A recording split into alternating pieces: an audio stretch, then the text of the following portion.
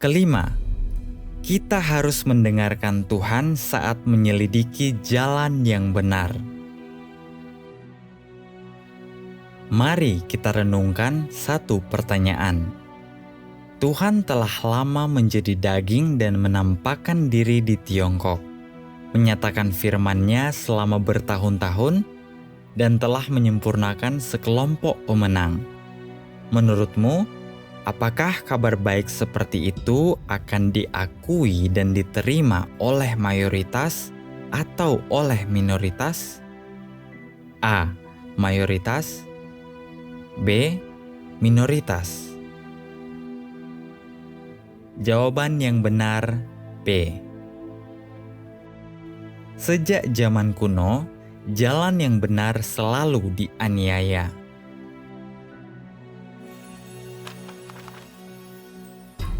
Tuhan Yesus berfirman, "Karena sama seperti kilat yang memancar dari satu bagian di bawah langit, bersinar sampai ke bagian lain di bawah langit, demikian juga Anak Manusia saat hari kedatangannya tiba.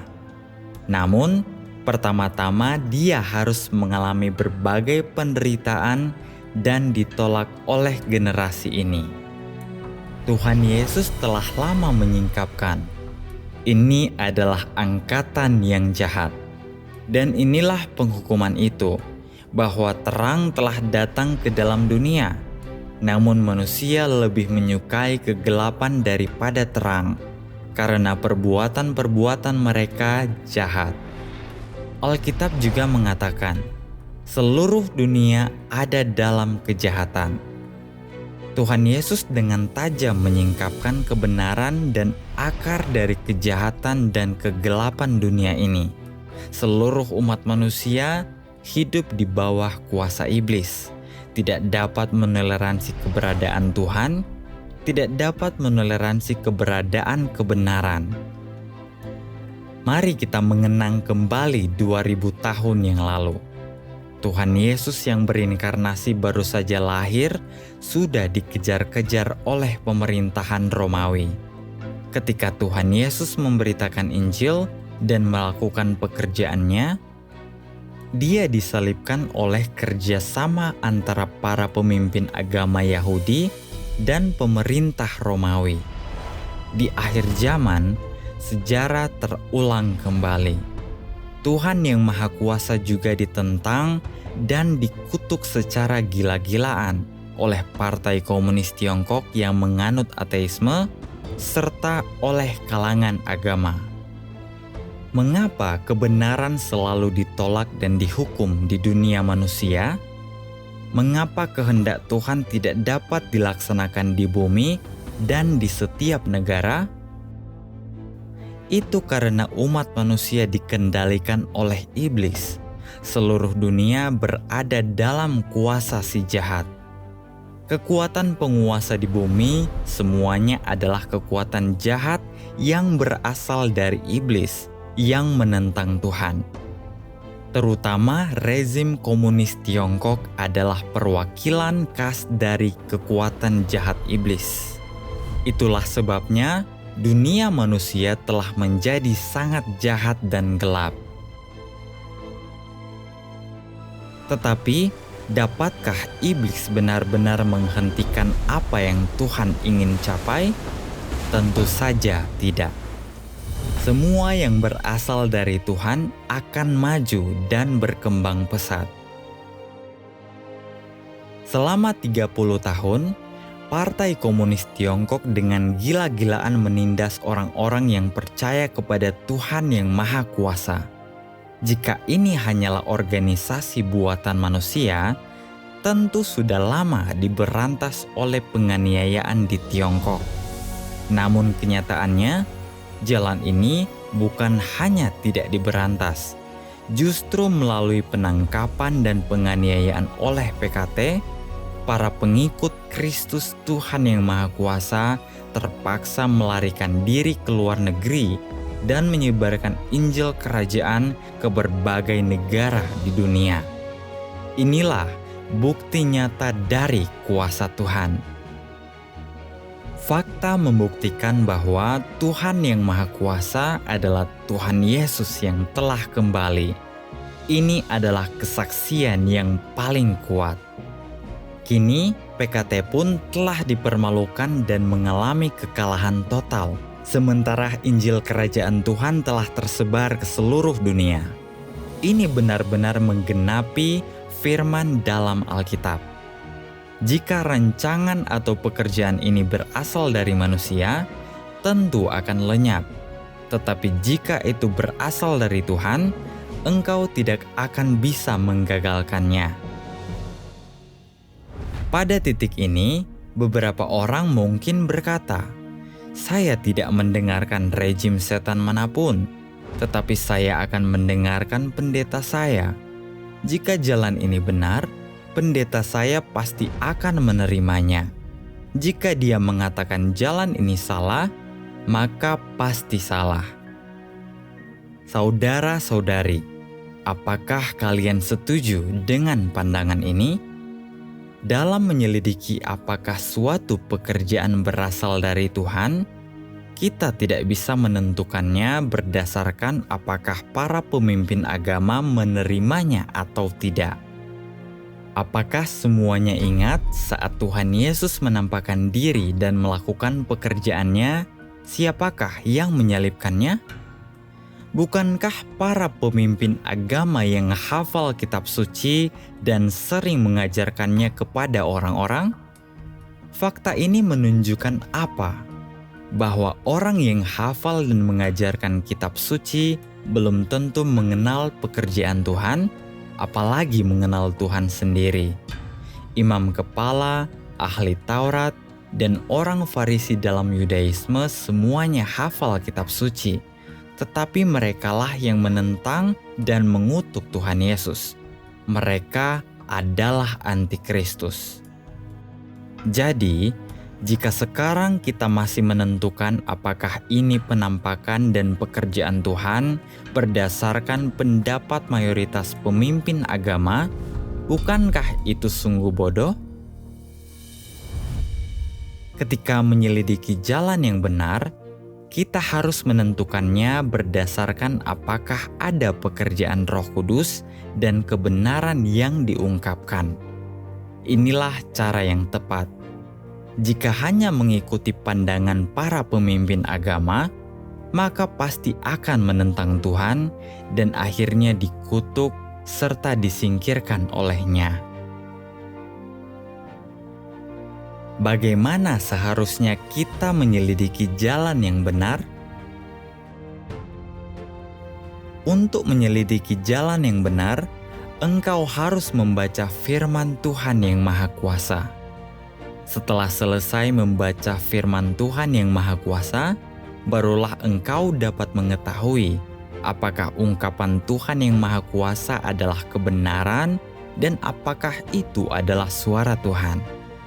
Kemudian, lihatlah apakah ada pekerjaan Roh Kudus di gereja Tuhan yang Maha Kuasa. Setelah percaya kepada Tuhan selama bertahun-tahun, hasil apa yang telah mereka capai? Apakah mereka memiliki pengenalan akan Tuhan? Apakah watak hidup mereka telah berubah? Apakah racun iblis telah disucikan dari diri mereka? Engkau harus menyelidiki hal-hal ini. Jika kita menegaskan bahwa firman Tuhan yang Maha Kuasa adalah kebenaran dan mengenalinya sebagai suara Tuhan, maka dapat dipastikan bahwa inilah penampakan dan pekerjaan Tuhan. Tetapi setelah memastikannya, jika iblis datang dan mengucapkan beberapa kata-kata negatif atau fitnah, apakah engkau masih akan mempercayainya? Pada akhirnya, apakah engkau percaya firman Tuhan adalah kebenaran, atau apakah engkau percaya pada kebohongan iblis? Inilah pilihan yang dihadapi manusia. Jika seseorang benar-benar berakal budi, bagaimana seharusnya ia memilih? Firman Tuhan adalah kebenaran. Apakah iblis mampu mengungkapkan kebenaran? Apakah para pendeta dan penatua mampu mengungkapkan kebenaran? Mereka semua tidak mampu mengungkapkan kebenaran. Mereka hanya bisa menyebarkan desas-desus, berbohong, dan hanya bisa menyesatkanmu agar engkau tidak dapat menjangkau jalan yang benar. Mengapa engkau percaya kepada mereka? Saat memilih, seseorang harus terlebih dahulu memilih kebenaran. Kita harus menerima siapapun yang memiliki kebenaran dan siapapun yang dapat mengungkapkan kebenaran untuk menyelamatkan kita, menyucikan kita, dan menyempurnakan kita. Jika kita mendengarkan perkataan iblis dan melewatkan kedatangan Tuhan kembali, maka konsekuensinya adalah semua orang yang tidak percaya kepada Tuhan akan dibinasakan. Konsekuensi mendengar jalan yang benar tetapi tidak menyelidikinya, bahkan mengutuknya. Tuhan yang Maha Kuasa berfirman, "Kita semua percaya bahwa tidak ada negara atau kekuatan yang dapat menghalangi apa yang ingin Tuhan capai, dan bahwa mereka yang berusaha menghalangi pekerjaan Tuhan, yang menentang firman Tuhan, dan yang mengganggu serta berusaha merusak rencana Tuhan pada akhirnya akan dihukum oleh Tuhan. Siapapun yang menentang pekerjaan Tuhan pasti akan dibuang ke neraka oleh Tuhan. Setiap negara yang menentang pekerjaan Tuhan akan dihancurkan oleh Tuhan. Setiap bangsa yang bangkit untuk menentang pekerjaan Tuhan akan dihapuskan dari bumi ini oleh Tuhan dan tidak akan ada lagi. Aku mendesak orang-orang dari segala bangsa, dari semua negara, dan bahkan dari semua industri untuk mendengarkan suara Tuhan, untuk menyaksikan pekerjaan Tuhan, dan memperhatikan nasib umat manusia, dan dengan demikian menjadikan Tuhan sebagai yang paling kudus, yang paling dihormati, paling ditinggikan, dan sebagai satu-satunya sosok yang disembah di antara umat manusia, dan memungkinkan seluruh umat manusia untuk hidup di tengah berkat Tuhan, sama seperti keturunan Abraham yang hidup di bawah janji Yahweh, dan seperti Adam dan Hawa yang Tuhan ciptakan pada mulanya, hidup di Taman Eden. Pekerjaan Tuhan itu melonjak maju seperti gelombang yang dahsyat. Tak seorang pun yang mampu menahannya, dan tak seorang pun yang mampu menghentikan langkahnya. Hanya orang yang baik-baik mendengarkan firman-Nya, dan yang mencari dan haus akan Dia, dapat mengikuti jejak langkahnya dan menerima janjinya. Orang-orang yang tidak melakukannya akan dihadapkan pada bencana yang menghancurkan dan hukuman yang pantas. Jika kita tidak memiliki rasa takut akan Tuhan, tidak bisa membedakan antara kebenaran dan fitnah, serta dengan buta mengikuti tanpa mencari dan menyelidiki pekerjaan baru Tuhan, serta mudah percaya pada desas-desus, maka kita bukan hanya akan kehilangan keselamatan Tuhan di akhir zaman, tetapi juga menjadi objek yang dibenci dan dihukum oleh Tuhan.